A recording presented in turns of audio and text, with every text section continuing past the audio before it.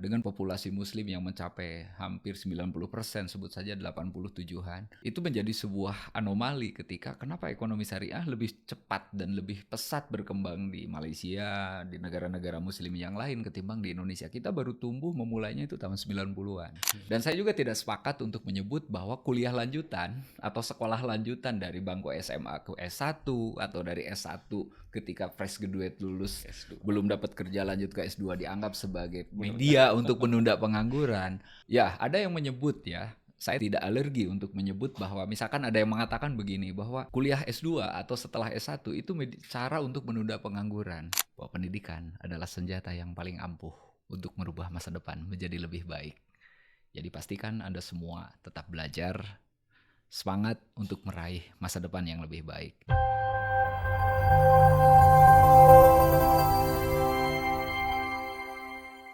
Assalamualaikum warahmatullahi wabarakatuh. Halo DMCers, saya Muhammad Abduh. Selamat datang di podcast DMC. Pada kesempatan kali ini kita akan membahas satu tema yang sangat menarik, yang sangat relevan dan strategis berkaitan dengan ekonomi dan juga perkembangan pendidikan tinggi. Tema kita adalah integrasi pengembangan ekosistem ekonomi dan pendidikan tinggi di era disrupsi. Tentu kita menyadari bahwa perkembangan ekonomi, transformasi digital, dunia pendidikan tinggi, hingga dinamika global dan kebijakan pemerintah saat ini sedang mengalami perubahan yang sangat cepat. Kemudian perubahan tersebut tentu menghasilkan banyak peluang-peluang besar. Namun di sisi lain juga mampu menghasilkan tantangan-tantangan yang serius yang perlu dijawab secara kolaboratif dan komprehensif. Nah, di hari ini kita telah kedatangan seorang akademisi, seorang pemikir yang memiliki perhatian besar terhadap pengembangan ekonomi syariah dan transformasi pendidikan tinggi. Guru besar juga di bidang ekonomi Islam, yaitu Bapak Profesor Dr. Denny Kamaluddin Yusuf, MAG CIFA. Selamat datang Kang Prof, ya saya manggilnya Kang Prof karena terbiasa dengan Akang. Ya. Selamat siang. Assalamualaikum warahmatullahi wabarakatuh. Ya, terima kasih Kang Prof telah berkenan hadir di kampus Untirta, kampus Jawara. Mudah-mudahan nanti ini bisa menjadi kawah candra di muka buat kita semua untuk lebih sharing lagi, untuk diskusi dan juga bertukar pemikiran. Gimana perjalanannya di Serang, Kang Prof? Alhamdulillah sejauh ini lancar dan saya mengucapkan terima kasih, merupakan kebanggaan dan kebahagiaan bisa berbagi ruang, berbagi pengalaman, pengetahuan dengan sahabat-sahabat, teman-teman, kolega, dan terutama adik-adik mahasiswa yang ada di FEB Untirta yang sangat luar biasa. Alhamdulillah, terima kasih. Buminya para Jawara ya? Ya, Jawara, kampus Jawara. Baik, Kang Prof, sebelum kemudian kita masuk ke pembahasan utama ya, tentu saya melihat bahwa Kang Prof memiliki concern yang sangat luar biasa di bidang ekonomi Islam dan juga di bidang perkembangan perguruan tinggi. Dan saya pikir ini adalah topik yang rasanya tepat sekali kalau dijawab oleh Kang Prof gitu. Nah, ada beberapa hal yang mungkin ingin ditanyakan. Yang pertama terkait dengan di dalam hasanah perkembangan ekonomi syariah. Nah, ini di bidang Kang Prof sendiri tentunya. Seringkali indikator keberhasilan dalam ekonomi Islam ini diukur dengan adanya perkembangan di bidang keuangan syariah dan juga perkembangan di sektor perbankan syariah gitu.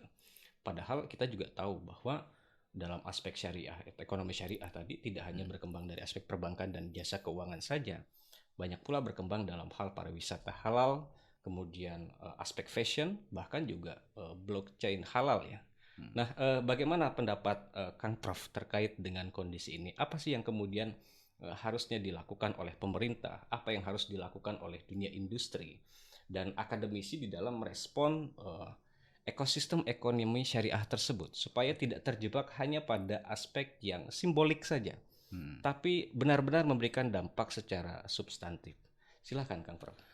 Oke, bismillahirrahmanirrahim. Assalamualaikum warahmatullahi wabarakatuh. Waalaikumsalam warahmatullahi wabarakatuh. Sebelumnya saya mengucapkan terima kasih kepada DMC Digital Media Center ya, FEB Untirta, Fakultas Ekonomi dan Bisnis Universitas Sultan Ageng Tirtayasa, yang telah memberikan kesempatan kepada saya untuk berkenan hadir di sini dan tentu ini menjadi momentum yang paling bagus menjaga silaturahmi dan kemudian kita terutama sharing experience ya. Itu yang pertama. Kemudian yang kedua ini soal isu ekonomi syariah. Saya melihat dari beberapa aspek. Pertama, ekonomi syariah hari ini tidak lagi berkutat dan tersebar di buku-buku seperti Menara Gading. Dulu mungkin sekitar awal tahun 90-an ketika saya pertama kali masuk ke bangku perguruan tinggi, istilah ekonomi syariah masih dianggap asing. Ya, terlebih lagi tahun 92 itu ketika pertama kali berdiri Bank Muamalat, orang berbicara ekonomi Islam itu atau ekonomi syariah itu identik dengan bank Islam atau bank syariah. Dan saat itu belum ada misalkan nomenklatur perbankan syariah. Ya, akhirnya saya berpendapat ini sesuatu yang sebut saja sebagai jawaban atas tuntutan dari kebutuhan. Pasti kalau bicara ekonomi kan pasti ada, katakanlah kalau hukum pasar nih, ada demand and supply. Nah, permintaan yang muncul dari pasar adalah Indonesia ini basis populasi muslim terbesar di dunia. Nah, dengan populasi muslim yang mencapai hampir 90%, sebut saja 87-an, itu menjadi sebuah anomali ketika kenapa ekonomi syariah lebih cepat dan lebih pesat berkembang di Malaysia, di negara-negara muslim yang lain ketimbang di Indonesia. Kita baru tumbuh memulainya itu tahun 90-an. Nah, muncul problem. Apakah ini disebabkan karena faktor misalkan literasi ekonomi dan keuangan, terutama literasi secara umum lah, secara makro literasi ekonomi syariah kita masih rendah. Nah, artinya ini menunjukkan bahwa pemahaman, pengetahuan, pemahaman, dan kesadaran masyarakat terhadap urgensi atau pentingnya membumikan atau mengimplementasikan prinsip-prinsip ekonomi syariah dalam tatanan kehidupan ekonomi itu belum selaras antara kerangka ideal dengan kerangka yang realistik. Nah, atas dasar itulah maka kemudian ekonomi syariah berkembang menjadi sebuah bukan hanya ide, tapi berkembang menjadi knowledge, kemudian menjadi peranata atau institusi, dan bahkan menjadi sebuah sistem yang itu berkelindan masuk dalam tatanan ekonomi, sosial, politik, dan budaya yang ada di Indonesia. Nah, akhirnya secara ringkas bisa dikatakan bahwa ekonomi Islam bukan hanya di ranah teori. Nah, ketika bertransformasi sedemikian rupa mulai dari tatanan regulasi, kebijakan, ya regulasi, kemudian policy, sampai dengan tingkat kebutuhan, ternyata sekarang sudah jauh berkembang. Pada fase awal, mungkin dalam konteks di Indonesia itu identik dengan perbankan syariah. Betul yang saudara sebutkan tadi. Nah, sekarang sudah mulai bergeser. Misal, dulu hanya di sektor perbankan. Belakangan itu berkembang, misalkan di asuransi, kemudian lembaga keuangan mikro, sekuritas, bahkan sekarang ada dana pensiun, saham, bahkan sudah masuk ke digitalisasi seperti misalkan pasar modal syariah. Nah, itulah yang menyebabkan kemudian beberapa pemangku kebijakan dalam hal ini pemerintah, baik di BI maupun OJK, merespon bahwa akhirnya perkembangan ekonomi syariah tidak lagi di ruang-ruang seperti hanya di dunia perbankan. Kita ambil contoh paling mudah. Dulu pada fase awal perbankan itu hanya tumbuh di angka, perbankan syariah hanya tumbuh di angka 4,5%. Tercatat terakhir ini mengalami pertumbuhan aset yang sangat signifikan itu di akhir tahun 2025 di atas 1.000 triliun. Ini luar biasa kan. Nah, sebelumnya saya ingat bahwa tahun 2022 itu kita hanya tumbuh di angka 8,8%. Nah, di angka tahun 2003-2004 itu mulai tumbuh di angka 10%. Nah, di tahun 2025 kemarin itu sampai menyentuh di angka 11% lebih. Nah, jadi ini merupakan mungkin ada semacam asumsi bahwa pelan, saya tidak menyebut ini pelan. Untuk sebuah entitas yang baru dengan pertumbuhan yang sangat signifikan ini luar biasa. Nah, bayangkan jika ini menjadi sebuah policy, kebijakan makro dari government, dapat support yang luar biasa, maka itu contoh kecil di sektor perbankan. Nah, sekarang berkembang, mulai ke pasar modal, ke industri halal blockchain. Halal blockchain saja misalkan di sektor food, ya halal food, kemudian halal fashion, halal medicine, terus kemudian halal tourism, udah banyak banget. Nah, itu yang menurut saya perlu jawaban. Itu di satu sisi ini menjadi benefit. Tapi juga di situ ada challenge and opportunity. Nah, kira-kira untuk merespon ke depan apa yang harus dilakukan? Tentu saja di sini perlu partisipasi, dukungan dan keterlibatan semua pemangku kepentingan. Misal kita karena di dunia perguruan tinggi ya kurikulum misalkan atau pembelajaran pada prodi-prodi atau departemen-departemen yang fokus ke ekonomi syariah harus mulai berani menjawab tantangan-tantangan ke depan semacam itu. Ya, katakanlah harus dinamis dan progresif. Ya. Ini juga terkait dengan membumikan ekonomi syariah tadi, Oke, Kang Prof. Yang seringkali kan syariah harus identik dengan penggunaan nomenklatur Arab istilahnya ya, mungkin seperti itu. Nah, gimana Kang Prof? Sedangkan kan aktivitas ekonomi tidak harus senantiasa menggunakan nomenklatur Arab misalnya ya. Oke. Ya, ada diskusi kecil di ruang-ruang publik ya, terutama mereka yang mungkin tidak terlalu familiar dengan ruang-ruang diskusi di ranah akademik. Misal, kenapa sih istilahnya harus ekonomi syariah, tidak ekonomi Islam? Nah, muncul persepsi, oh kalau ekonomi Islam itu terlalu ideologis, gitu. Sementara syariah itu kan sistem nilainya. Nah, maka katakanlah di Indonesia, kalau diksi atau frasa syariah itu lebih familiar dibandingkan dengan menyebut kata Islam. Nah, itu misalkan dari hal penggunaan frasa. Terus kemudian dalam hal-hal yang lebih teknis, misalkan transformasi atau implementasi prinsip-prinsip dan asas-asas akad syariah yang dipakai, kan tidak awal-awalnya tidak begitu familiar. Misalkan istilah bagi hasil atau profit and loss sharing itu sebagai konversi misalkan atau setara maknanya dengan misalkan ada akad mudharabah.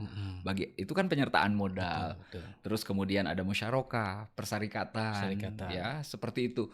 Nah, itu awalnya kan tidak dikenal sehingga kemudian jangan heran ini juga mempengaruhi aspek regulasi. Misal dalam Undang-Undang Nomor 7 Tahun 92 tentang perbankan tidak dikenal istilah prinsip syariah, yang ada adalah prinsip bagi hasil. Demikian pula diperjelas dalam PP Nomor 72 Tahun 92. Ini dari aspek regulasi ya. Itu bertransformasi ketika di Undang-Undang Nomor 10 Tahun 98 mulai disebut istilah prinsip syariah dengan 2 banking system. Nah, barulah kemudian di Undang-Undang Nomor 21 Tahun 2008 dikenal dengan istilah perbankan syariah. Itu baru di satu sektor, yaitu perbankan. Dan sekarang sudah mulai berkembang sampai ke yang terbaru terkait dengan jaminan produk halal. Nah, itu juga tantangan luar biasa. Coba sampai hari ini, ada nggak undang-undang misalkan yang mengatur tentang secara spesifik tentang ekosistem halal? Bukan hanya di sektor food ya, karena orang berbicara halal itu identik dengan food. Padahal ada kosmetik, medicine, dan sebagainya. Nah, itu belum ada. Apalagi pariwisata halal, pariwisata syariah.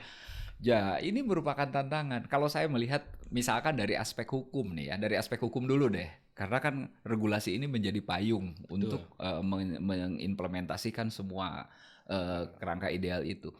Mungkin alangkah lebih baik jika dilakukan 3 pendekatan. Satu yaitu pendekatan pendekatan suportif. Perlu dilakukan penyusunan atau kerancangan kebijakan-kebijakan dan peraturan-peraturan baru yang mengatur tentang pengembangan ekosistem ekonomi syariah di semua sektor, bukan hanya perbankan. Sifatnya kerangkanya suportif. Yang kedua bisa juga substitutif. Apa yang sudah ada tapi di dalamnya itu tidak ada norma syariah, maka dimasukkan. Ini yang lagi ramai sekarang soal pengadilan niaga syariah. Nah, perkara-perkara niaga yang menggunakan akad-akad syariah, kepailitan itu kan selama ini katakanlah diselesaikan di pengadilan negeri. Loh, kewenangan penyelesaian sengketa ekonomi syariah kan harusnya kewenangan pengadilan agama. Nah, akhirnya ke depan perlu ada pengadilan niaga syariah. Nah, itu kan apa urgensinya, Prof? Ada peralihan dari peradilan agama ke peradilan niaga itu ya, itu mandatori, amanat undang-undang. Karena di Undang-Undang Nomor 3 Tahun 2006 sebagai perubahan pertama atas Undang-Undang Nomor 7 Tahun 89 di pasal 49 itu kan disebutkan kewenangan peradilan agama itu menyelesaikan perkara sengketa ekonomi syariah. Nah, otomatis semua akad transaksi yang dilaksanakan dengan menggunakan akad syariah ya harus diselesaikannya di pengadilan agama. Nah, tapi dalam praktek ada sebagian praktek bisnis atau ekonomi yang selama ini menggunakan akad syariah tapi belum ada kepastian hukumnya tentang penyelesaiannya di mana. Contoh paling mudah tadi tentang kepailitan dan penundaan kewajiban pembayaran utang atau PKPU.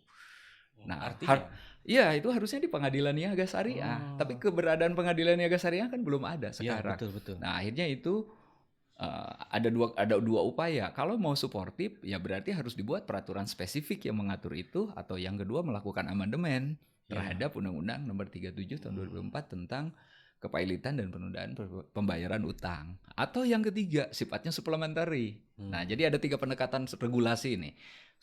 Suportif, substitutif, dan supplementary. Supplementary itu sifatnya pelengkap lah. Luar biasa, tidak salah kita mengundang hari ini guru besar di bidang Enggak hukum lah. ekonomi syariah. Luar biasa sekali.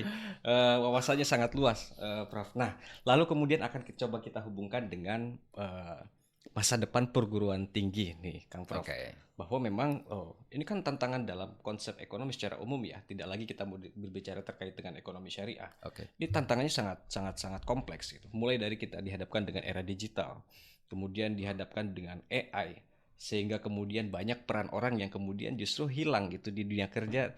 Orang tidak lagi menggunakan SDM tapi lebih menggunakan tenaga kerja berbasis digital tadi. Nah, ini kan menjadi tantangan juga bagi perguruan tinggi bahwa harus betul-betul mampu mencetak SDM yang berkualitas. Jangan sampai kemudian ada adagium bahwa perguruan tinggi ini hanya menjadi tempat untuk menunda pengangguran. Nah, ini kan mungkin Prof pernah mendengar hal ini ya gitu. Ya. Nah, ditambah lagi dengan wacana yang sekarang ada pembubaran terkait dengan program studi yang istilahnya mungkin sepi peminat ya, Kang Prof ya. Nah, saya pengen tahu nih Kang Prof gimana pandangannya terkait dengan hal tersebut. Sebenarnya program ini atau mungkin arah ke sana gitu. Ini merupakan bentuk adaptasi yang tepat atau justru malah hal yang dirasa mungkin dapat berpotensi pada kekeliruan tadi, Kang Prof. Oke. Pertama dari sisi berpikir positif ya, dari sisi berpikir positif. Saya agak kurang setuju untuk menyebut bahwa setiap disiplin ilmu itu ada expire-nya. Tidaklah. Ilmu itu akan terus berubah, berkembang, beradaptasi sesuai dengan tantangan dan perubahan. Nah, oleh karena itu maka katakanlah ketika terjadi sebuah stigma bahwa ketika prodi-prodi ini harus ditutup karena langka peminat, saya berpikir sederhana bahwa setiap program studi, setiap disiplin ilmu itu berdiri sendiri, tapi juga bisa saja bergantung sama-sama satu sama lain. Ya kita selama ini belajar dengan berbagai disiplin ilmu sesuai dengan peminatan kita masing-masing, itu kan menggunakan berbagai pendekatan. Misalkan pendekatan monodisiplin, atau interdisipliner, atau multidisipliner. Nah, maka tidak menutup kemungkinan di situ sebetulnya terbuka ruang-ruang yang lebih dinamis untuk mengembangkan berbagai disiplin ilmu. Dan saya juga tidak sepakat untuk menyebut bahwa kuliah lanjutan atau sekolah lanjutan dari bangku SMA ke S1 atau dari S1 ketika fresh graduate lulus S2. Belum dapat kerja lanjut ke S2 dianggap sebagai media untuk menunda pengangguran. Ya, ada yang menyebut ya. Saya tidak alergi untuk menyebut bahwa misalkan ada yang mengatakan begini bahwa kuliah S2 atau setelah S1 itu cara untuk menunda pengangguran. Seolah-olah universitas itu menjadi pabrik yang menghasilkan SDM, tapi tidak ditampung dengan dibukanya lapangan kerja. Lalu kita judgement bahwa pemerintah menjadi posisi yang paling tersalah. Karena dianggap dia memberi keleluasaan kepada perguruan tinggi melalui Kementerian Dikbud, Kementerian Pendidikan Agama untuk menyelenggarakan berbagai macam prodi, tapi di saat bersamaan tidak dibuka ruang-ruang untuk menyampung tenaga kerja. Ya, di situ perlu sinergitas. Nah, ada yang disebut dengan kolaborasi antar lembaga, ya antar stakeholder. Nah, maka saya melihatnya begini. Pertama, bahwa sikap berpikir dalam konteks berpikir kritis. Pertama, yang harus dilakukan adalah cara berpikir dinamis. Perguruan tinggi harus hari ini sudah dilaksanakan dan sedang berjalan. Itu mulai merespon terhadap berbagai perubahan tantangan yang semakin cepat. Kita harus jujur mengatakan, entah ini dalam konteks di kita di Indonesia, ataukah juga ini terjadi di belahan dunia lain, di negara lain, ada kalanya mungkin daya jelajah, ruang gerak yang dilakukan oleh kalangan akademisi di perguruan tinggi, itu kalah cepat dengan apa yang dilakukan oleh dunia industri. Pergerakan kalau dunia industri itu berkelindan dengan dunia bisnis, dengan dunia konsumen, sehingga dia pasti akan selalu sangat cepat reaksinya merespon kebutuhan pasar. Sementara kita melakukan perubahan kurikulum, rencana pembelajaran, metodologi pembelajaran dan lain-lain, itu kalah cepat dengan apa yang dilakukan oleh dunia industri. Nah, di situ barangkali titik temunya nggak ketemu. Nah, makanya sempet dulu gimana kalau kita kembalikan ke konsep link and match gitu. Ada istilah integrasi, interkoneksi, sehingga kemudian bisa saling melengkapi.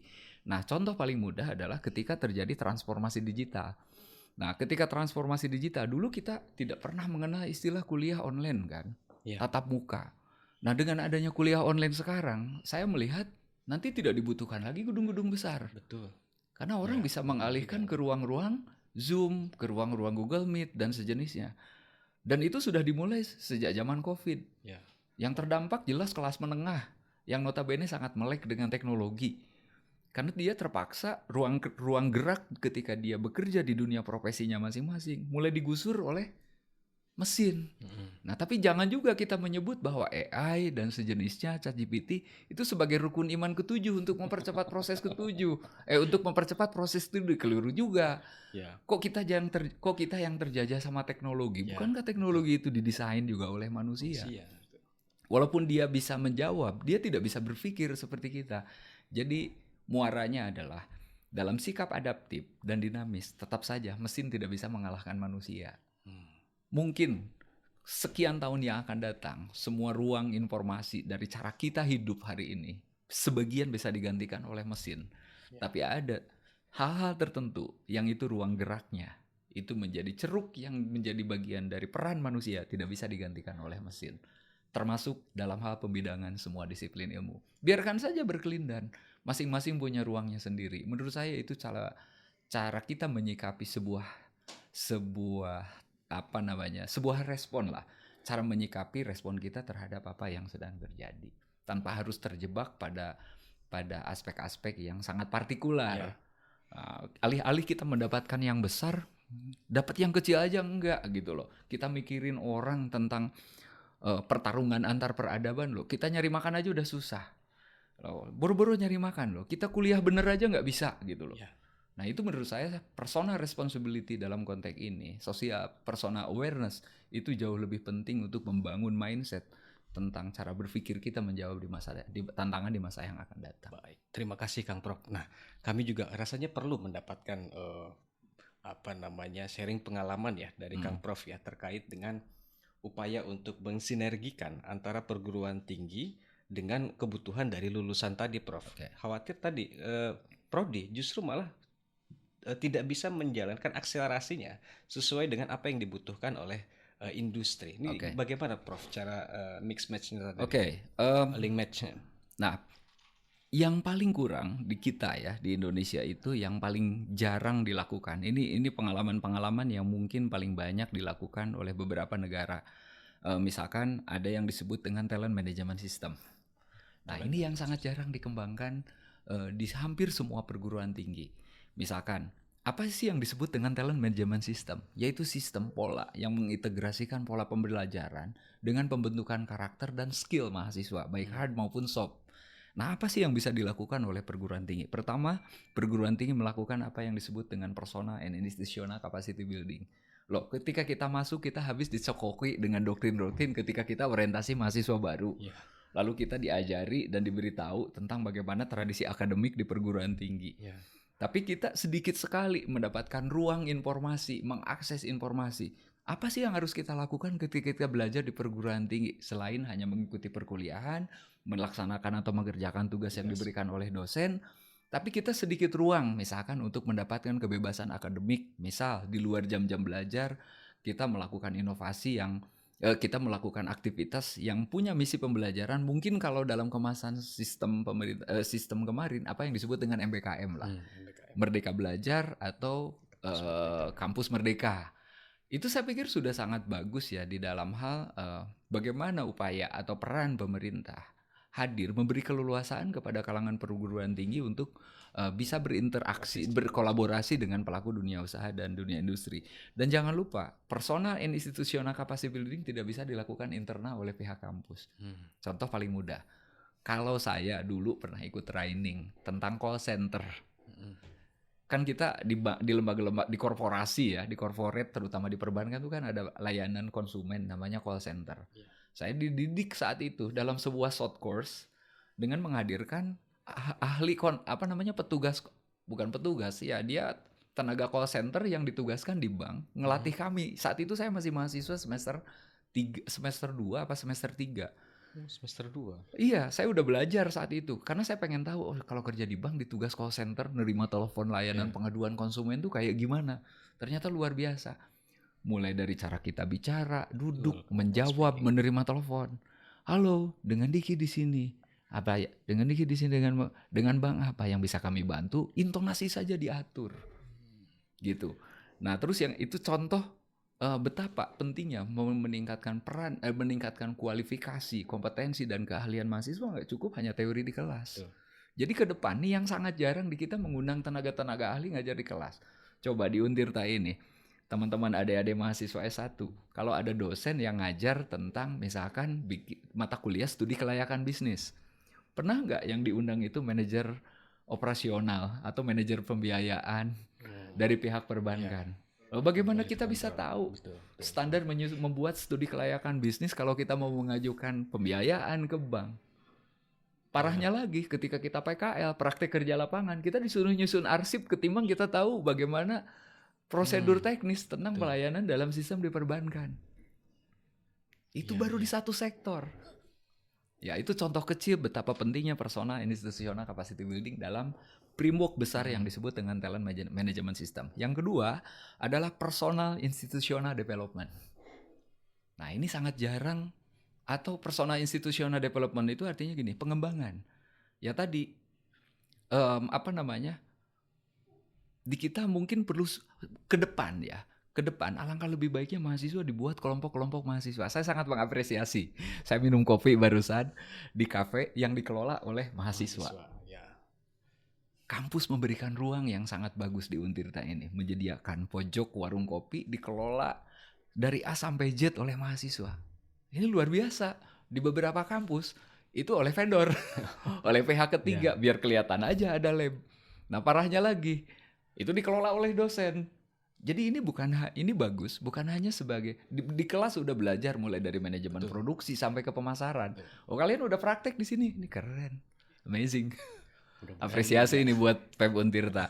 Nah, itu yang menurut saya akan membangun kualitas SDM yang disebut dengan personal development. Nah, apalagi nanti ketika proses akreditasi, mana contoh laboratorium klinik bisnisnya? Oh, ini kami punya kafe.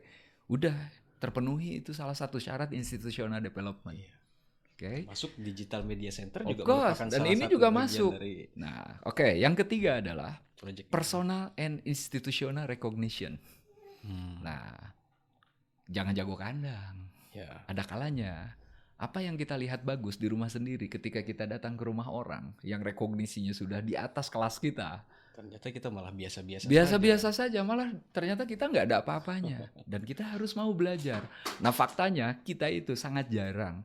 Mungkin bukan hanya mahasiswa, dosen juga sangat jarang diberi kesempatan, kecuali dia berjuang sendiri mencari akses keluar dengan support funding misalkan dari lembaga atau lembaga donor atau dari luar, karena pasti alokasi dari internal sangat terbatas. Nah, itu 3 poin apa yang harus dilakukan kolaborasi antara pihak perguruan tinggi dengan dunia usaha dan di dunia industri, itu fokusnya ke talent management system. Persona institutional capacity building, persona and institutional development, dan persona institutional recognition. Oh, kalau itu semua udah kepenuhi, unggul semua prodi-prodi. Iya, betul. Karena SDM kita akan siap pakai. Termasuk saya juga pernah mendengar istilah diseminasi gagasan, Prof. Oke. Artinya mengkolaborasikan pemikiran antara mahasiswa, dosen, dan stakeholder gitu ya. Nah,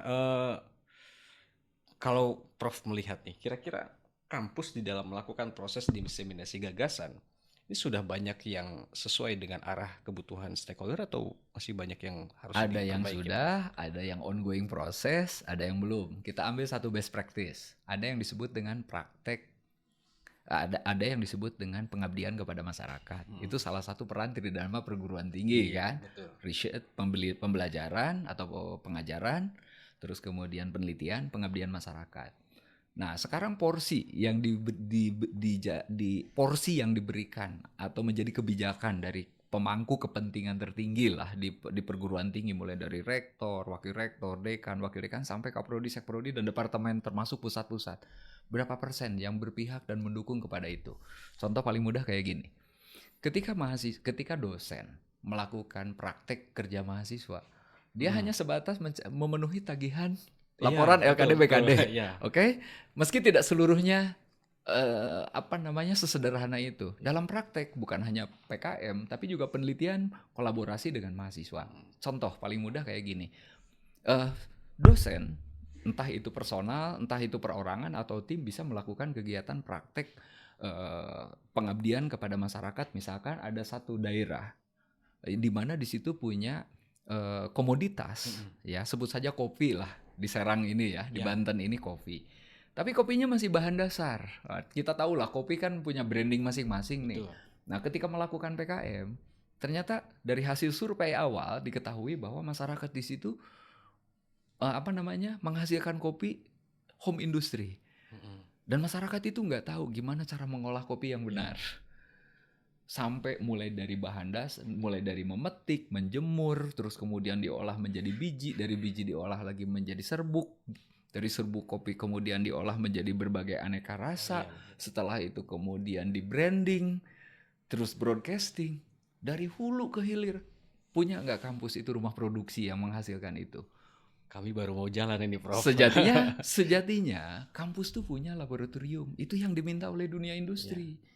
Nah, jadi dalam hal ini kadang-kadang saya melihat pendidikan vokasi bisa menjawab itu.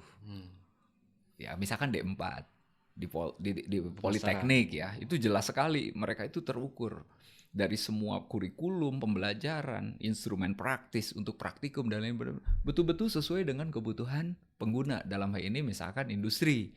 Sehingga wajar kalau lulusan-lulusan D4 dari Poltek itu misalkan lebih banyak langsung diterima di dunia kerja. Mohon maaf dibandingkan dari sarjana. Ya tapi itu juga tadi tidak semua bisa diselesaikan oleh mereka. Desainnya ada di siapa? Mungkin ada di mereka yang dari jenjang sarjana loh. Tidak semua orang bisa jadi operator, tidak semua orang jadi mekanik loh. Kalau kita semua jadi dosen, siapa yang mau jadi mahasiswanya? Gitulah. Jadi saya melihat dua sisi ya. Masing-masing punya ruang dan ceruknya sendiri-sendiri yang harus kita isi. Oke, Prof. Nah, kita agak sedikit melanglang buana ya, Prof ya.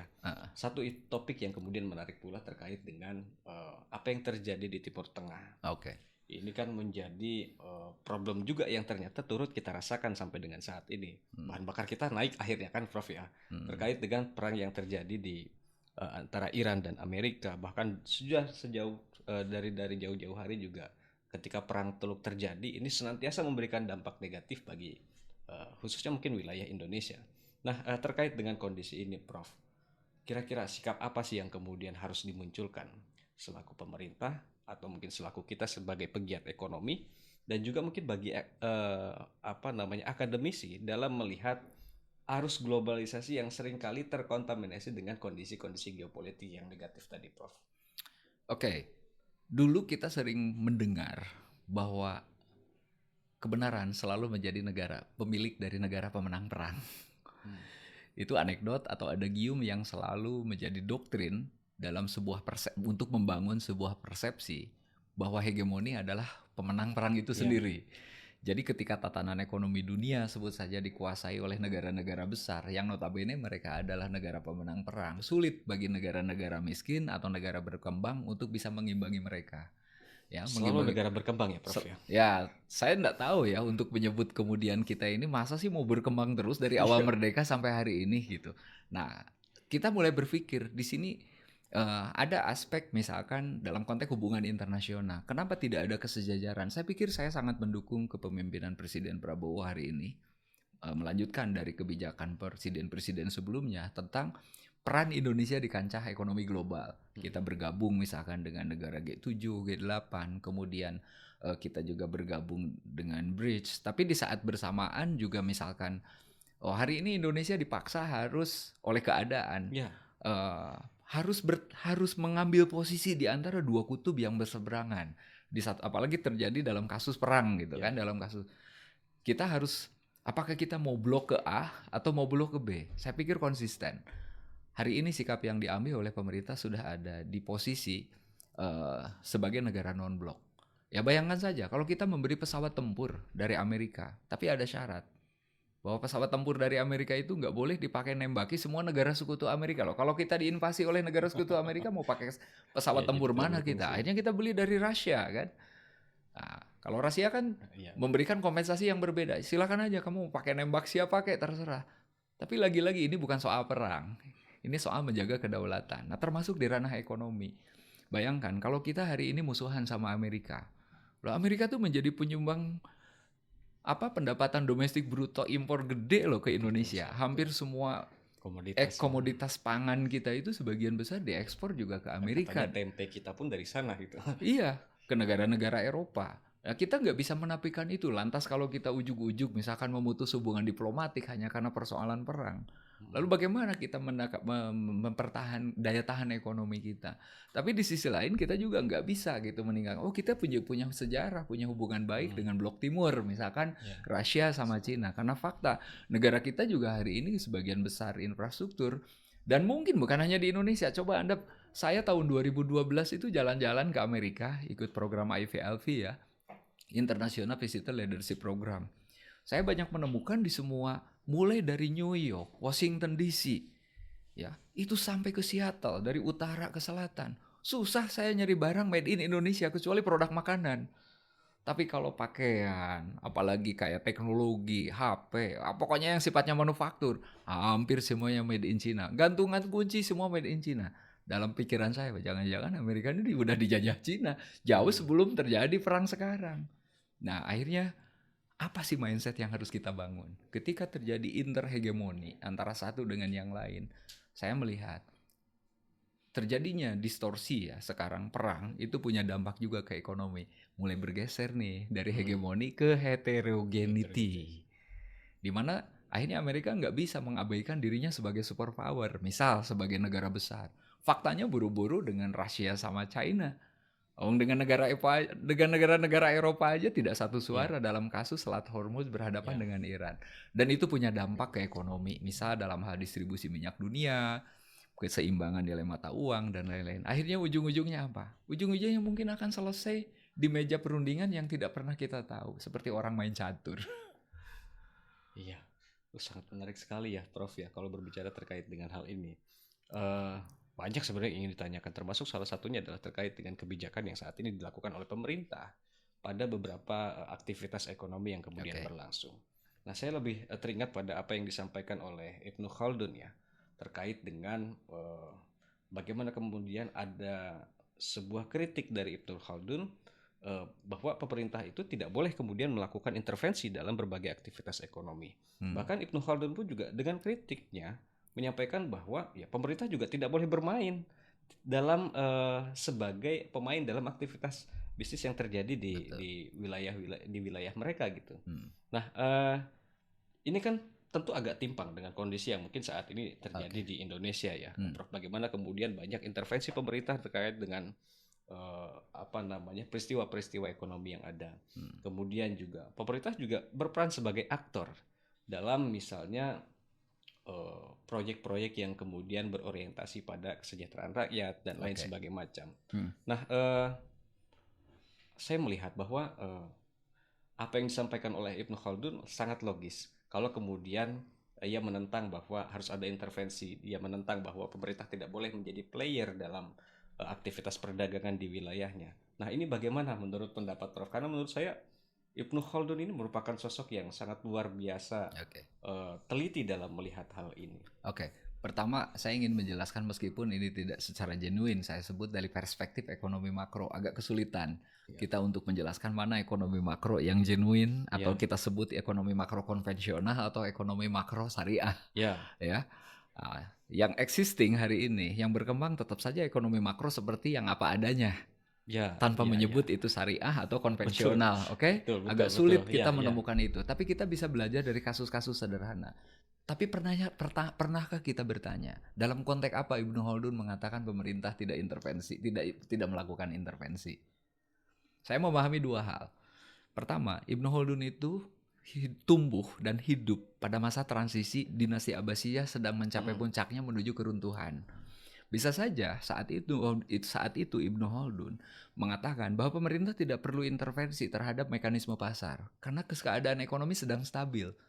Tapi ketika terjadi inflasi seperti yang kita kenal dalam ekonomi makro studi kita hari ini, di peran negara perlu gitu. Contoh paling mudah kayak gini. Jauh sebelum Ibnu Khaldun, masih ingat Khalifah Umar bin Khattab memberlakukan kebijakan Kharaj. Ini ada dalam sejarah ekonomi Islam, di mana orang-orang non-muslim yang hidup pada zaman Khulafaur Rasyidin setelah Abu Bakar wafat, kemudian naik Khalifah Umar bin Khattab memimpin menjadi khalifah kedua. Orang-orang non-muslim itu kan yang kafir dhimmi itu kan membayar jizyah. Jizyah. Oke, membayar jizyah, ya pajak keamanan hidup di negara muslim. Nah, dan saat itu sistem hukum nggak menggunakan lagi sistem konstitusi seperti hari ini, hukum tertulis dan lain-lain.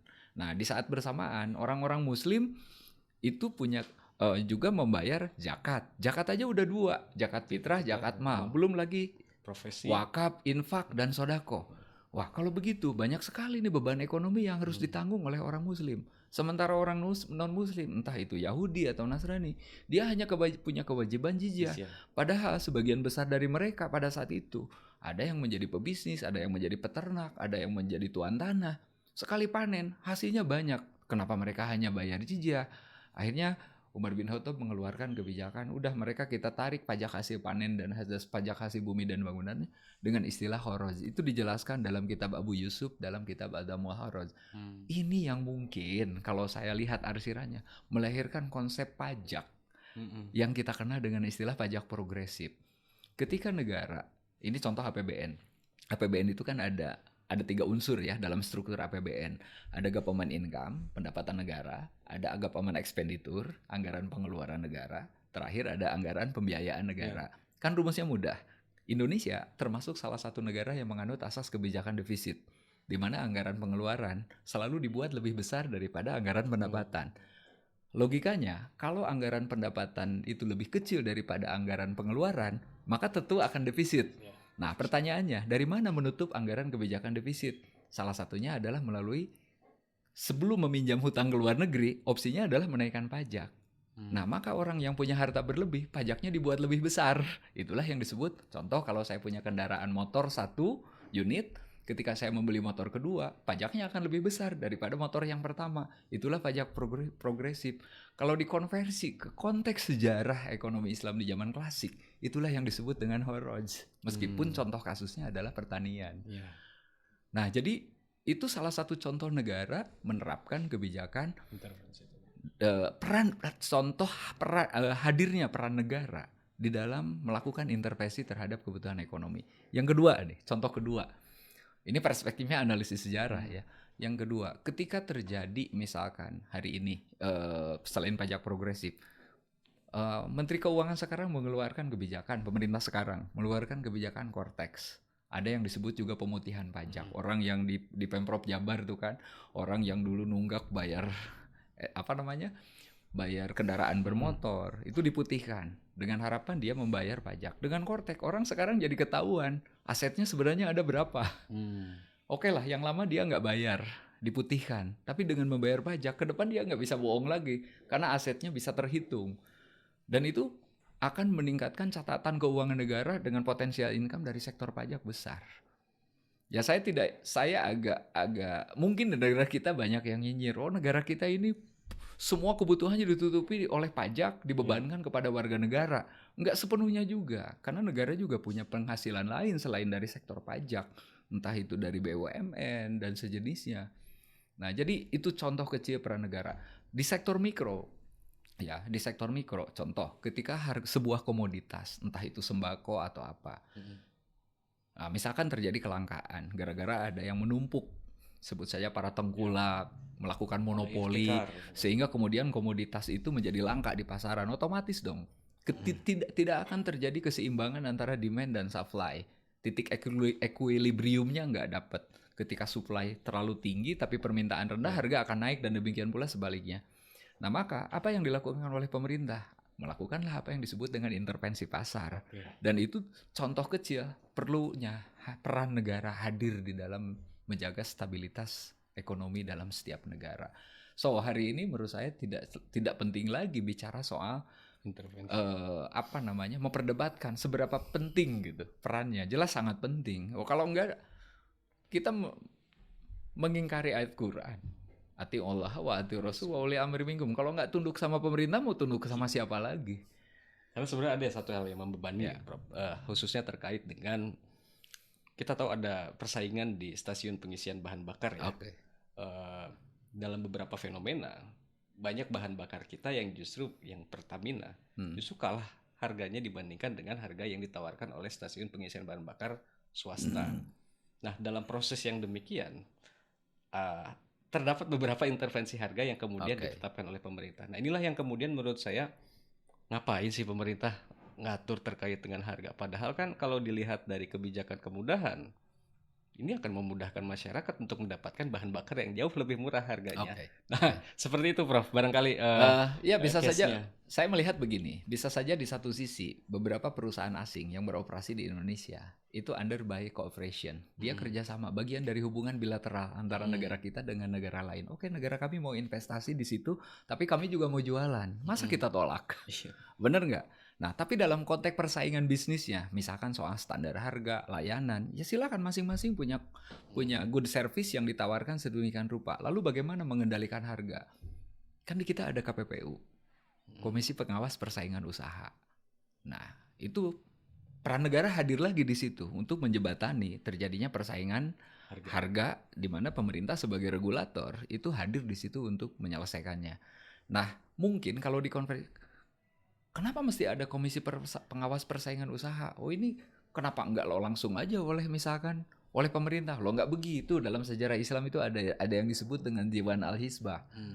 Dalam sejarah ekonomi Islam dulu ada lembaga yang khusus disediakan dibuat oleh pemerintah untuk mengawas persaingan usaha. Namanya Diwan Al-Hisbah. Orang nggak boleh nggak boleh melakukan monopoli, orang nggak boleh mengurangi timbangan, orang nggak boleh misalkan menimbun, itu Diwan Al-Hisbah.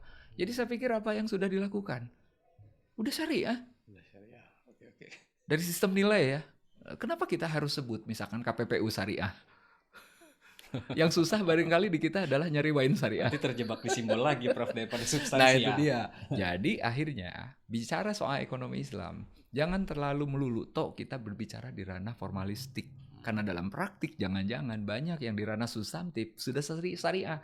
Contoh paling mudah nih, ini obrolan di warung-warung kopi yang mungkin orang nggak pernah belajar tentang literasi syariah, tapi ada benernya juga. Misal contoh kayak gini, loh kalau kita belanja, kita makan nih di sebuah rumah makan. Katakanlah di rumah-rumah makan yang saya nggak tahu lah ya. Kalau di sini saya nggak tahu rumah makan di Serang ini di mana. Kalau kita datang kita kan pesen dulu. Ya. Kayak ke kafe lah ya gitu ya. Di warteg gitu. Di warteg. Kan kita di warteg bayar dulu, makan dulu. Makan dulu, bayar belakangan. Oke, kita balikin datang ke pasar ke rumah makan yang satu lagi. Nah, rumah makan yang satu lagi itu kan kita ngambil menu dulu, ngambil makanan, terus kita bayar. Jadi apapun yang kita makan, itu kan sudah selesai akadnya. Ya. Oke, kata Imam Syafi'i, akad jual beli yang sah itu adalah saya terima barangnya, saya serahkan uangnya. Udah, selesai, itu baik sahih. Ya. Nah, coba kalau kita misalkan makan di rumah makan atau di warung kedai pinggir jalan, apalagi angkringan, kita melakukan misalkan makan bakwan, makannya 5, ngakunya 1. Karena bayar belakangan. Ini kan berbicara soal kejujuran. Nah itu tuh hal-hal kecil. Nah pertanyaannya, apakah rumah makan yang tadi menyebut di situ warung syariah? Kan enggak. Ya. Tapi dari segi praktikal, bisa saja sudah syariah. Sesuai. Coba kita lihat toko gerai-gerai modern. McD, apa harus disebut McD syariah? Terus lantas kita gengsi nggak mau jajan di McD hanya karena alasan dianggap pendukung Israel. Nah ini beda dong antara politik dengan ekonomi di KFC dan lain-lain. Akhirnya kan jadi lebay kita itu. Ya.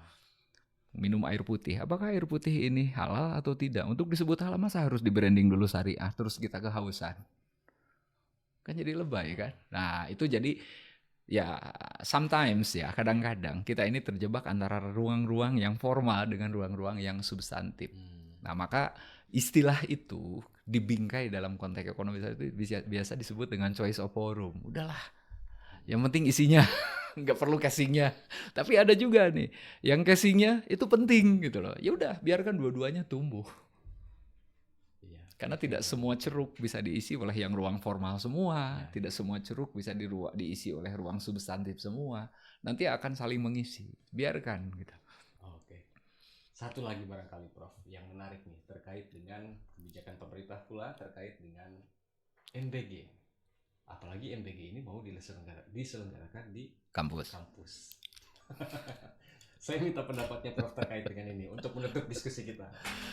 Oke, ini isu yang paling seksi dan paling hangat ya belakangan. Ketika beberapa perguruan tinggi, saya tidak menyebut semua, itu diberi kesempatan untuk menjadi pengelola MBG.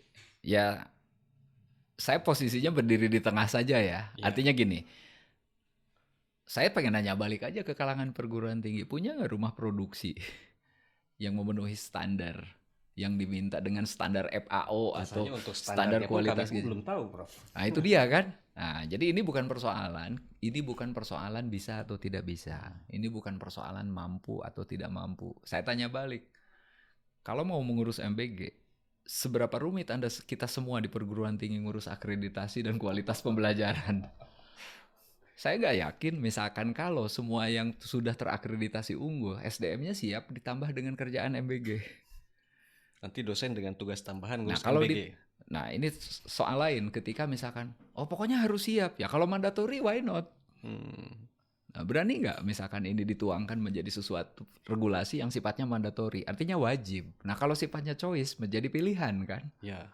Ya tapi karena ini kebijakan pemerintah misalkan bagian dari upaya mencerdaskan kehidupan bangsa, meningkatkan kualitas hajat hidup orang banyak, mesejahterakan masyarakat. Cita-cita dan tujuannya mulia. Ya tentu saja saya mendukung sebagai warga negara.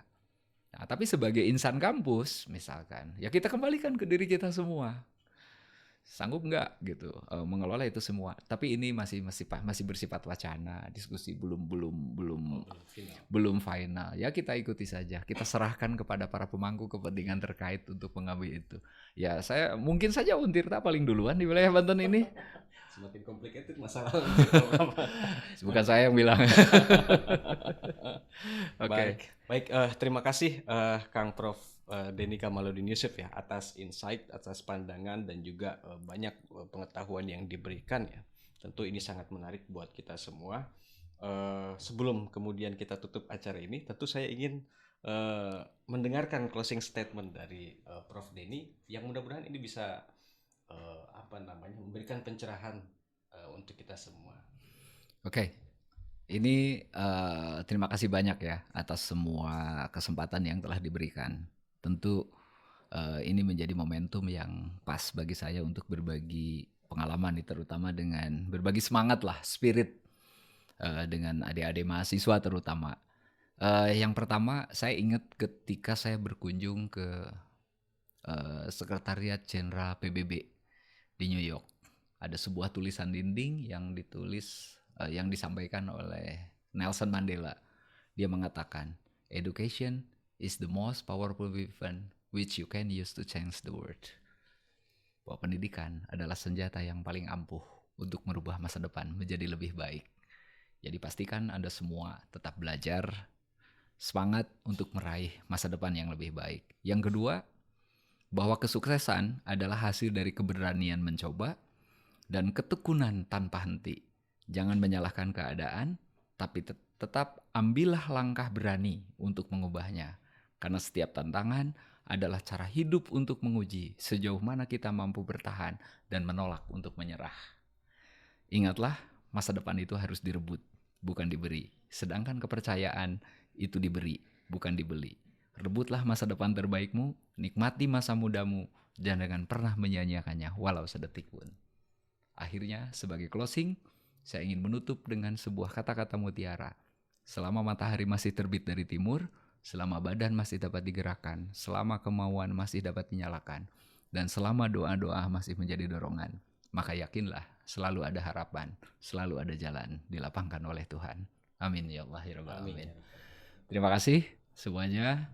Mohon izin undur diri. Assalamualaikum warahmatullahi wabarakatuh. Waalaikumsalam warahmatullahi wabarakatuh.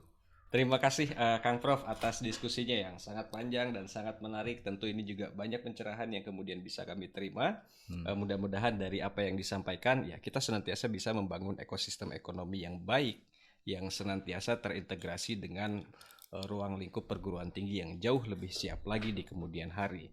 Kemudian terima kasih pula saya sampaikan pada seluruh pendengar dan penonton dari DMCers yang telah mengikuti podcast kali ini. Semoga diskusi hari ini senantiasa bisa memberikan manfaat dan inspirasi untuk kita semua. Saya selaku host izin pamit undur diri. Assalamualaikum warahmatullahi wabarakatuh. Terima kasih Kang Prof.